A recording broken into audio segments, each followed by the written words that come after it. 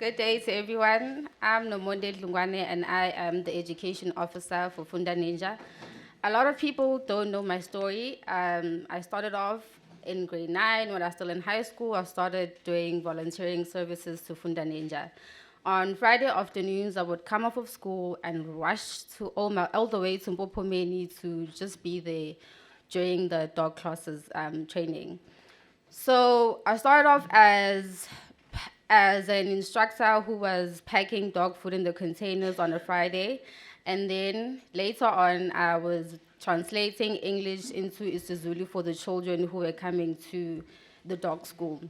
And later on, I started learning the tricks and bits of everything of how to actually have or hold a class. And later on, when I finished my high school, I then took a gap year in 2016 up until 2017, and that's where I got an opportunity to be an intern at Funda Nenja. And then that's when I had to learn everything about the organizations, the ins and outs, which is why I'm here today as an education officer, as you see me today. So I am a little nervous. I don't like standing in front of crowds, but I'll try my best to not rush everything and just give you all the information that you need. First and foremost, my work as an educational officer is to go out in the community of Mpopomeni and to teach people the basic welfare of animals and dogs. It's very important because I am the first person that they see coming into their homes before the social worker. So the first interaction they have is with me after after the child has given the address form back. Our aim as an organization is to create a compassionate community, and by doing this, we are doing it one dog at a time and one home at a time. So when a child comes in for intake, they usually get an address form, which they have to take home. The following Friday, they need to bring it back with all the information and address, the parent's phone number. Do they give the child permission to come to the organization? Because some parents, when we go to the house, they're like, I do not know my child was even bringing a dog to y'all. So that is why it's very important that the parents know where the child is and we have communication with the parents as much as possible. And in circumstances where a child might get sick, we need to phone the parents or know where the child lives because some children do not know the address form or even the parent's phone number. Some people do not know how much there is an interconnectedness between a dog and a child and a whole family as a whole. So when I go to a house, sometimes I get an understanding of why a certain dog is shy in class or why a certain dog is aggressive in class. Because we take all these points when the children are outside doing the training and we get to see, oh, okay, this is why this dog is shy or this is why this dog is aggressive, because some parents don't have proper fencing and they might rely on training the dog, and my job is to go to the house and educate them on doing a running chain, or even if I see that they are trying, later on they might get into the fencing program. As you see on the slide, we provide humane education to the children in the community. Basically, we do this. When they come to intake, they get a packet that they can take home and they can learn on different things because we can't cover everything on a Friday. So we also do have classes that they do take later on once a month for the intake classes where we get to teach them about basic handling and all these things. When conducting a home visit, it's very important that we connect with the family and that they know that their child is safe with us and we're here to help them, not to judge them. So when I go to a house, my job is to educate them on what they can do to change and make the dogs' lives better. Oh, okay. The third point is reporting on the SPCA form. Someone had touched base on how we deal with cases that are above us. So in instances, when we do a home visit, the first thing that we do is we take down all the information, we educate them on what we can or what they can change. A follow-up visit is then done afterwards to follow up if they have done the necessary changes. And if not, we do a follow-up again just for the sake of doing it, just to see if they are taking the education, and we try and stress them on the necessary changes and that animals have feelings as well. It's not just an animal that you're keeping down there in the yard and you're just feeding and everything, they also have emotions and feelings as much as us. So then, if in that case the parents or the family are not taking the initiative in the dog's life, in that case, then I would have to report it to the SPCA.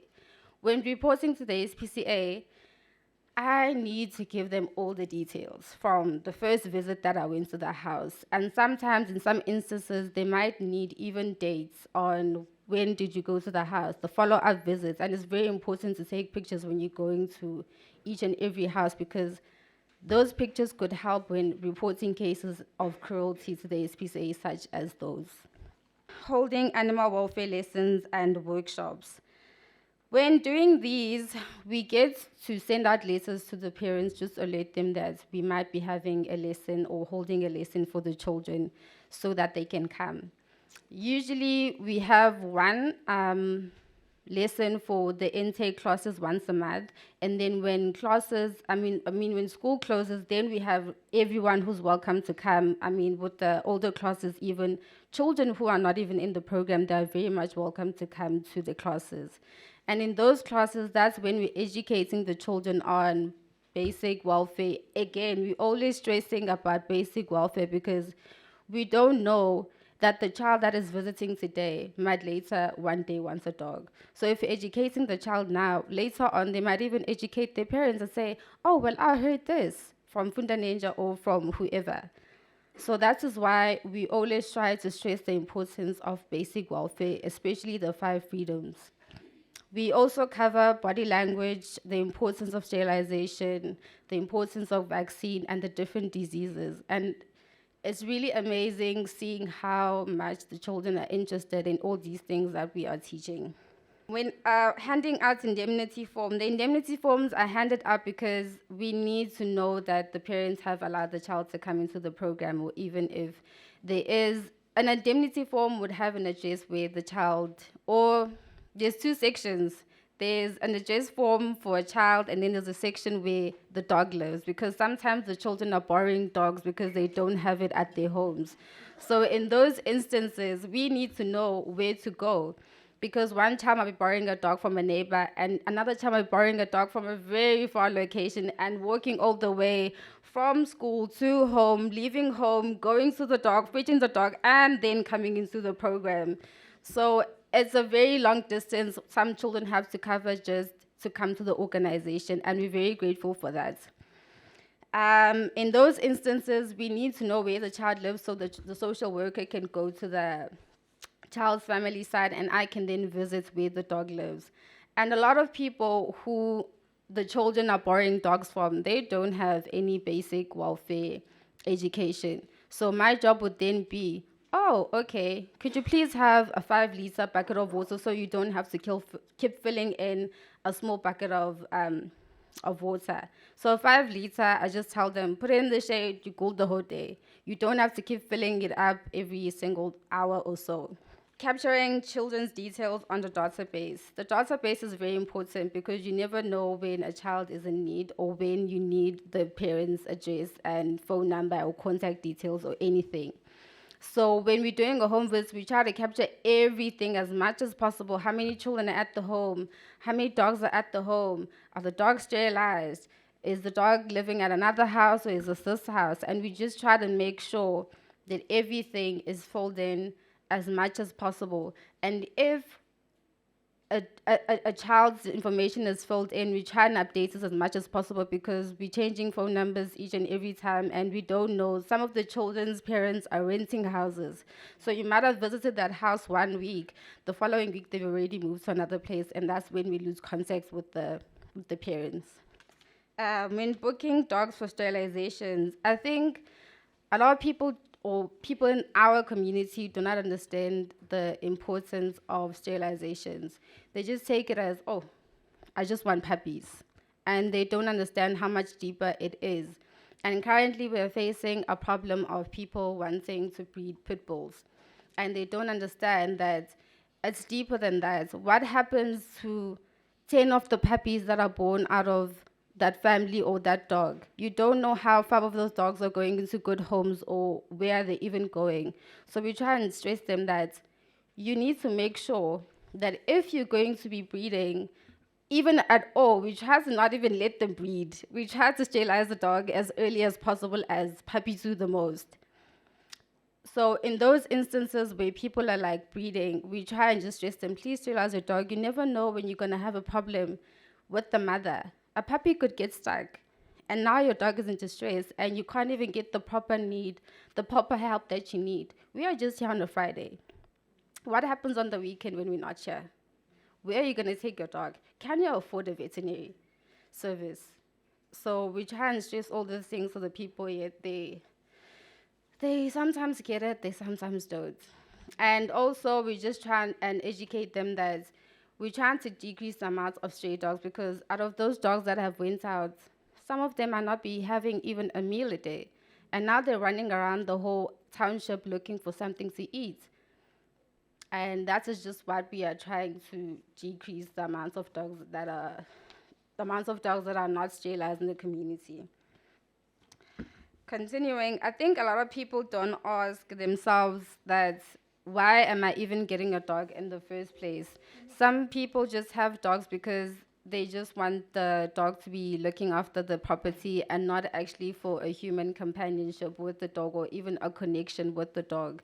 So we did a study a few years ago where we went out to the outlying areas of Mpopomeni and also Mpopomeni particularly, and we found that people particularly having dogs because they just want someone to cut the yard.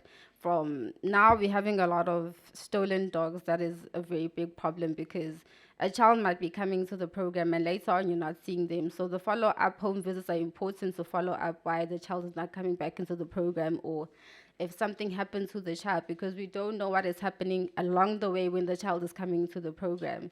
So this is why follow-up home visits are very important, so we get to understand why the children are not coming back into the program or why they even dropped out. Sometimes we're having dogs that are poisoned, for instance, and now the child is very sad and they want to get another dog immediately, but the parents is just like, I can't do this anymore. I do not want another dog in my house because I've went through all that stress of taking care of this one dog, and now that it's dead, I don't think I want to get another one.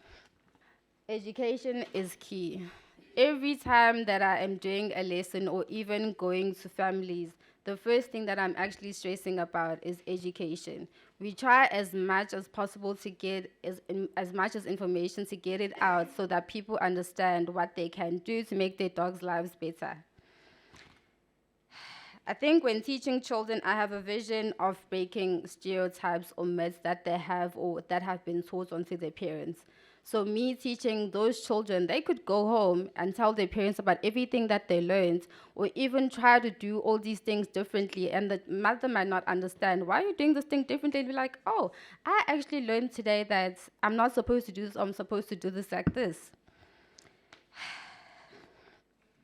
I think parents have been taught a way and they like doing things a certain way, but when I'm actually going to the house, that's when I get to interact and even change a bit of what I can. So that's why it's important to educate as much as possible and not to judge, because people in the township, some houses are fortunate enough to have money to buy a kennel, but when I go to a house that is not as fortunate, I just need to see that they are trying, that they're taking care of the dog, they're doing everything that they need to take care of the dog, and that is enough for me because I can see they're trying to build proper shelter. You don't have to buy a kennel, you can build one. Water, it's free. Well, not free, but it's free. It's free. And with food, a child can get a small packet of dog food, but that packet of dog food when they're going home is just to teach the dog homework when they're out of dog school. So that is not enough to feed the dog. But in those instances, if I can see that you are trying, you're putting in the effort, and we do have spare kennels that are left, I would then donate a kennel to that family because I can see that they're trying. Dog school training classes, those take place on a Friday. I used to do this, and I'm not touch base most of the time now, but everything that I've learned thus far, I've picked it up from dog school classes on a Friday. When I came into the organization, I did not know much about dogs. I was even scared of dogs. I was just like, no, I'm just coming here. I'll just stay at the container. And with interacting with the dogs, I've actually seen that the dogs in the community are very friendly. Sometimes I can go into a house and the mother's like, oh, look at my dog. He knows you already because they've seen us and they're very interactive and they're very playful and they're very nice to be around. So if you see me walking in the community, you might just have a dog running by. I'm just like, oh, he knows you because he's been to dog class on Friday. When I'm holding theory lessons, I try as much to make it informative but also very fun. Children have a very short attention span. Sometimes we as adults find ourselves getting bored. But we try and make it as fun as possible that the children is actually learning something. And we're doing activities, not just theory work that this is what I'm teaching you today, body language, see this, see that, see this. But actually having a dog in class and pointing out everything that you've taught them, they get to realize, oh, this is what she meant, or this is what this means. When a tail is up, when the dog body language changes, they learn to observe from actually doing physical work or actually seeing things. Because sometimes we're not going to learn everything by just taking all in the information. Sometimes we need to do practical work, and that's when it helps to like do different activities. But also it's a struggle because you can't do a lot of theory work, especially with little kids. We get a lot of little kids, probably like age 6, 7. They don't know a lot. So in those instances, we're using a different method to make it accessible to everyone, and so everyone is learning. So in those instances, we use Hero in the Hood. It's a booklet. I don't have it today, but that's the booklet that we use mostly. And the children love it because it has different activities that they can do. It has the 5 freedoms. They can go, they spot the difference even. So they can spot different actions in the book. We also do education through our home visits and outreach programs. I think with the outreach program, it's very distressing to see how other communities are compared to ours because we have good-looking dogs that are in good condition.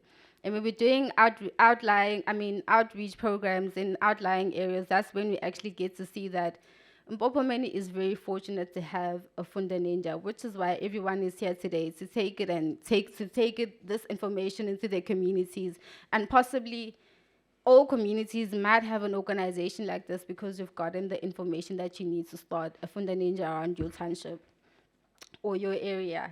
So when it comes to the outreach program, it's very distressing to see dogs that are in bad condition. So even in out even in outreach programs, you still have to educate. You still have to tell them, oh, okay, your dog just recently had puppies, because they don't even know that sterilization, we do it for free. The SPCA won't do it for free. So they also don't have the assistance to even phone the SPCA to say, come take my dog, I need to get my dog sterilized because I don't want puppies. Some people don't even want puppies. And they're like, okay, I have puppies now, so what am I supposed to do? So even in outreach programs, we try to do as much education as we can, including home visits, including when the child is there, because I think when we are working with the community, it's easy to say a child is coming to dog school on a Friday. He goes home. What happens when he gets home? Education might be lost throughout there, so it's important to work with the child and the dog, the family, and also the community, so change can be brought about. Because it's useless to say child, or to say a child must do certain things, yet the parent doesn't know what the child is supposed to do or what is even right. Because parents don't even know that dogs actually have freedoms. They don't. And they're like shocked when I'm telling them all these things. They're like, I did not know that. And it's a pity that some areas don't have this Funda Nenja program in their communities. So I think it's really, it makes me feel good to know that we have so many people that are coming here today and they're going to be taking this information and doing something about it. With the use of educational materials such as flyers and posters, mostly children learn from seeing pictures. So we try to make the pictures as bright as possible and also informative. So when we're having a theory lessons, they might be seeing posters up in the class. They have a lot of posters up in the class. Maybe you might have seen them yesterday. Because we want the child, as they walk into the class, they're seeing different things. They're seeing, oh, there's a rabies vaccine poster here. Here's body language there. Here's five freedoms there. Everything that they need to know is already around them. It's just for them to look around and to take in and learn whatever that they can at that moment. I think through education, we are changing the people's mindset towards dogs because a lot of people have setbacks on their mindset because they've used to saying, or they're used to the analogy that if a dog's ears is cut, for instance, it's going to be aggressive. And they don't even realize that while you're doing that, you are actually breaking one of the five freedoms. You thinking that I'm just going to make my dog aggressive. I just tell them if a dog is not naturally meant to be aggressive, it's not going to be aggressive. Whether you cut the ears, you cut the tails. And when you're doing all these things, you are actually disobeying one of the five freedoms, and which you can be prosecuted for them. And they don't even believe that if you break one freedom, you can be prosecuted for that. And it's really important to make sure that your dog is in good condition. And you're not just doing that for me, you're improving the dog of your life, the life of your dog. When doing home visits, we go once out into the one time a week, 1 day a week, out in the community. So when the child brings back the checklist, or not the checklist, the address form that they've gotten when they came into the program, that has the address, they sometimes phone me just to say, what house number is this, or what area is this house? Because I know the map at the back of my head now, because I'm used to going out in the community. And even if a child says, this is my name, I'm just like, oh, okay, this is your house number. And they're like, yeah.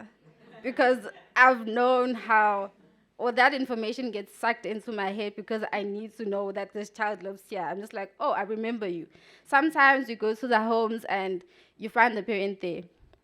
And then the dog is like, you came to my house. I'm just like, oh, where's your house? I'm visiting a lot of houses in a week. And they're like, no, it's this house now. I'm just like, now I can put the face to the house. So it's really important to just try and get as much information that we can when we're getting the address form. The address form helps us to get to the house and do the home visit because we wouldn't know where we're going. So even having a map is really important when you're going out into the community because Google Maps will sometimes just get you lost. So having a map in your hand, you just get to count streets, house numbers. Sometimes it's really difficult because some of the houses don't even have house numbers. So I need to guess, this is a corner on the map. So 1, 2, 3, 4, 5, that's the house I'm going to. And they're like, yeah, that's the house. Just like, yeah, I know it's the house because I know the map at the back of my head. So when we're doing a home visit, we use a map to get to the house. So when we get to the house, that's when we need to do a thorough home visit because a parent could say, I don't know where the child is getting the dog even. Or in some instances, some families don't even want you to see the dog because they know that they're not doing something right.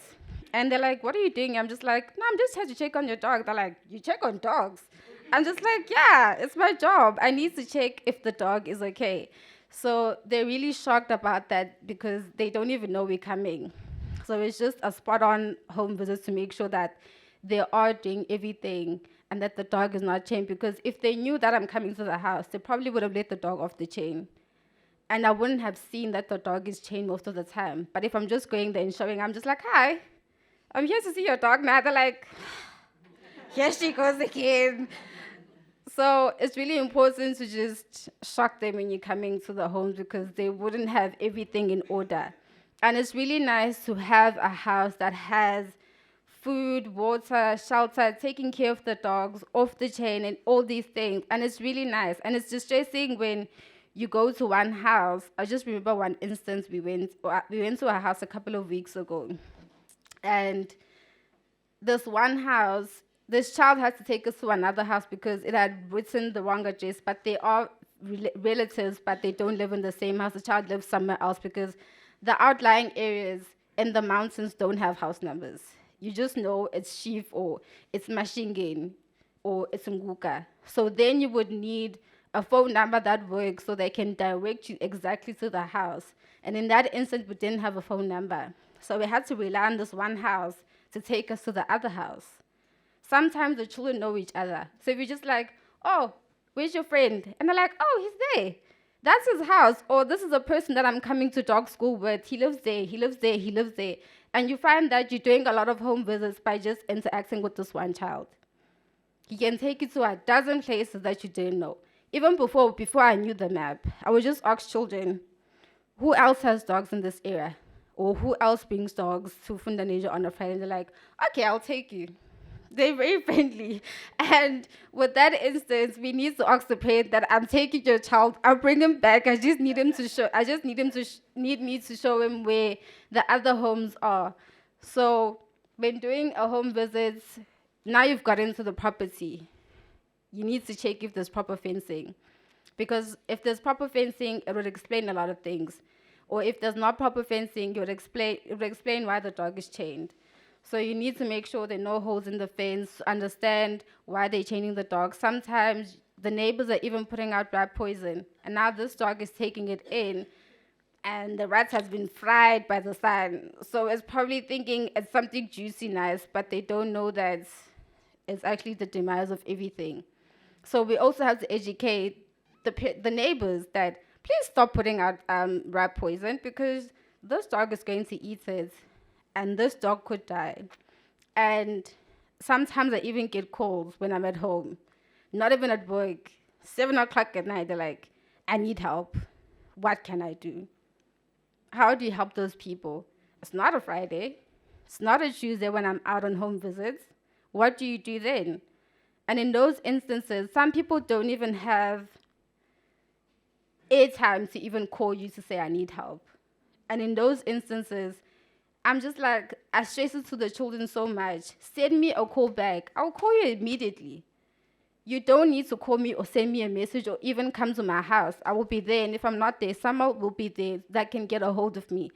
Please call. I can call your mother back or whoever back.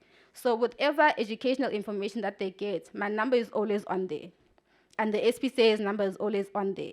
And they're like, sometimes I don't have airtime. I need help. Please call the SPCA for me. I take all the information, name, surname, address, phone number, what is wrong with the dog, and have to send it to SPCA emergency number. And in some instances, the dog does get help, but I also have to understand that the SPCA is also flooded with dogs that are sick or animals that are sick in the community. They can't just help in Popomeni. They have other areas that they need to help. So people sometimes call me, they're like, they're not here. I'm just like, they'll get there. Just try and do this. For instance, when they've seen that the dog has eaten poison. In those instances, I don't know if I'm supposed to say this here, but I'll say it anyway. I just try, when a dog has eaten poison, immediately try and get a bowl of soap washing powder, or just make it into a bowl, shove it down the dog's throat, try and put as much water in there so they can vomit whatever that they've eaten out. By doing that, you're extending the amount of time that the SPCA can get there and actually help that dog. So this is not a solution, but I'm actually helping you to just extend a bit of time so that the poison does not get into the body as soon or just kills it. So I try to just help the community as much as I can. And even if I'm not there firsthand, whatever information that I can give you, even over the phone, I will give it. It's just not having educational material like physically, but even speaking to people and just telling them this is what you could change or this is what you could do to help your dog in this exact moment. Even people who are fortunate enough, they can buy chocolate pills and just give the dog. It could vomit it out, but I try to stress it as much as possible that if you see that your dog is getting better, still call. Because you don't know that the dog could wake up the next morning and it's dead. because you've called once and you're just like, oh, he's fine now. How do you know it's fine? When you're not calling the SPCA or calling me or saying, no, I'll take it. If it's a Thursday, say, I'll take it on a Sunday.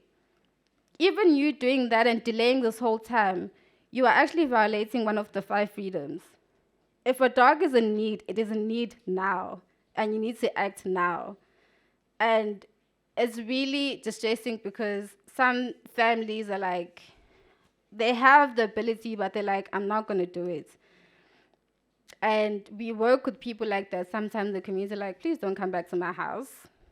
Please don't. And they're like, I don't need you here. I know that I take care of my dogs. And in those instances, we deal with a lot of difficult people. And with those instances, we just try to just be calm as possible and just like, I'm just trying to help your dog. I'm not here to attack you. I'm not here to judge you. I'm here to help you help your dog. We provide animal welfare when it's necessary. Sometimes you're going out in the community and we're just seeing that a goat is chained, for instance, and just like, okay, it's in the sun, there's no proper shelter. Because they don't have farms where they can just let the goats and everything go. So we need to make sure that we go into that house, we're like, please, sir, ma'am, please put water there and make sure that the goat has water and it has room to even move around, because you don't know when the dog or even the goat needs shelter in that time. When we do not have kennels, we donate it. And I always tell the instructors that they are the eyes and ears, so I'm depending on them to tell me every information because I can't be there all the time. So I'm depending on the instructors, the children, the parents to get as much information to me as possible. So the next slide, this is our checklist form. We have 2 spaces for the social welfare and also for the animal welfare. I'm doing the bottom half, and that's Zinkla's side. And when we're doing a home visit, we're checking for water, food, shelter, is it adequate? Is the dog chained? And when I'm done with the home visit, I then need to write what advice that I gave, so that I'm going the next time, I know what I did. And when I'm filling in the information in the database, everything that is on the checklist form is on the database. It has to be the same. Whenever I'm giving information, I need to write in the database, this is the advice that I gave. Lessons and workshops. I think lessons and workshops are to build awareness around animal welfare and everything around animal needs. I want people to unlearn certain things that they've learned in the past years. I think using different types of material to teach children would actually help, because if you're being taught the same thing in the same form, you're not going to be able to learn anything. And there needs to be a balance between the child learning something, the parents learning something, so they can bring about change to the dog's life. And with this slide, you can see the 5 freedoms if you did not know, but I'm sure we all know the 5 freedoms by now. These are the 5 things that I check for to make sure that the dog is in good health. But that is not on the slide, that we need to check on. Even some houses have puppies, and the dog that it's bringing to the organization is not the dog that had puppies. So they're only bringing this one dog, and when you get to the house, you're finding a whole lot of dogs that are in the house that you did not know about. So if you did not go to that house, you wouldn't have known that the child has had, or the dog has had puppies, or the other dog. Funda Nenja is not just a dog school, it's deeper than that. And we look at the health of the children and not just of the dogs with the one welfare approach. And also, I think some people don't understand that Funda Nenja is not just about dog school, but it's also about uplifting and upskilling the people that are in the community. For me, instance, I'm also from the community. So with the instructors also, sometimes they don't realize that they're being taught something that could help them along their career. So I think the children coming on a Friday, still taking the initiative, is going to go a far way when they're actually getting older with their career opportunities. Funda Nenja is not just a dog school on a Friday afternoon. It's about working together with the community and bringing about change and helping and improving the lives of dogs in the community.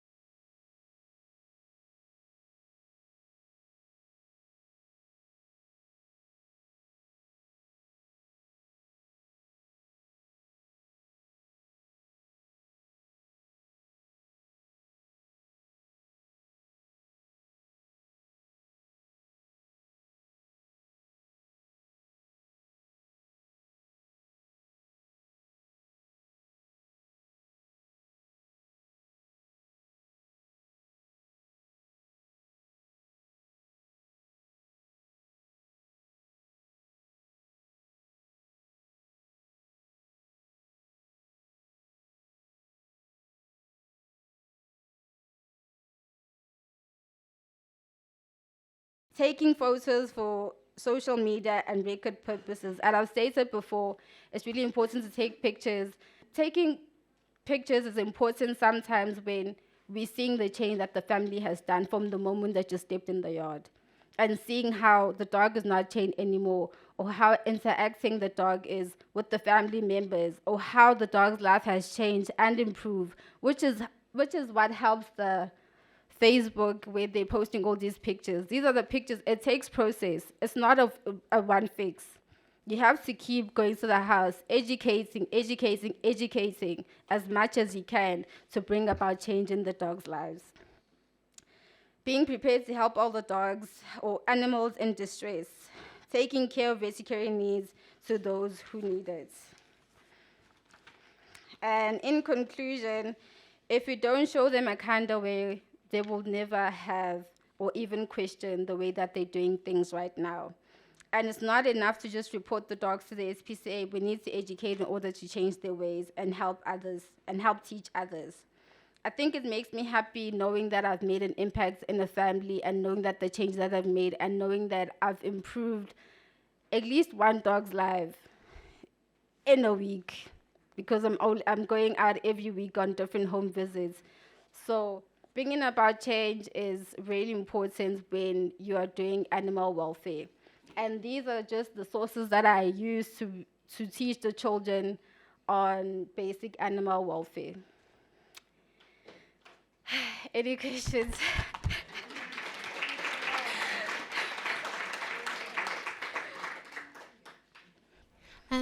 One question about sterilization. How can you motivate for that to make it more attractive for people who are maybe thinking of breeding for additional income?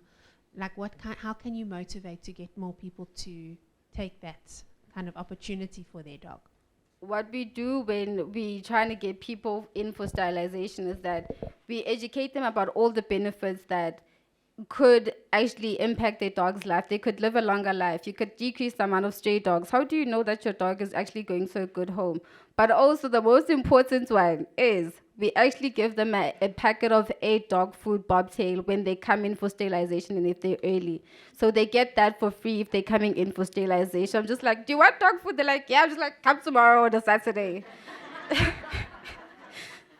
So that's how we do it. How do you feel that the children interact with written material? Do you think it also assists, like if you give them a comic book or something, do they enjoy using that, or is it something that just kind of gets put somewhere? Yeah. I think they enjoy because they're seeing different comics, and I tell them that you can actually color it to make it more attractive. But by them, they also tell me sometimes that I actually saw this in the book. I'm just like, yeah, you've read the material. Because sometimes when we're doing the lessons, it's not just teaching the children, but also asking questions, what have you learned? And in those instances when I am teaching, you'll get a prize if you're answering something right, because you've learned something from the past and not just today. So with that, you interact with the children, you ask them questions. It's not just them taking information, but it's them also asking you questions on things that you haven't even touched base on. So that's how we do it. Thanks very much for teaching us. In the beginning, when I would imagine you've just started, many animals might come in conditions that we didn't see yesterday. How do you cope with that when you're starting something from ground roots, when you haven't really got anything established? In that instance, when we're having people who don't even have the foundation, it's always about education. And you stress that as much as you can so that they can see that they're improving their dog's life, and how they can see that their dog has changed from the past ways that they've been doing. So in that instance, you try to educate as much as possible. I'll always just stress this: education, because that's what is going to bring about change in your dog's life, and that's how you're going to improve your dog's life, and not just having a dog that's just there in the yard. You actually get a companionship, and you get a friend. It's actually a true saying when they say a dog's best friend is a human. And that's why I tried. It's just not in the English areas, but it's also, we can do it as black people also. It's not just what you see in the movies. It's something that you can do and bring about change now.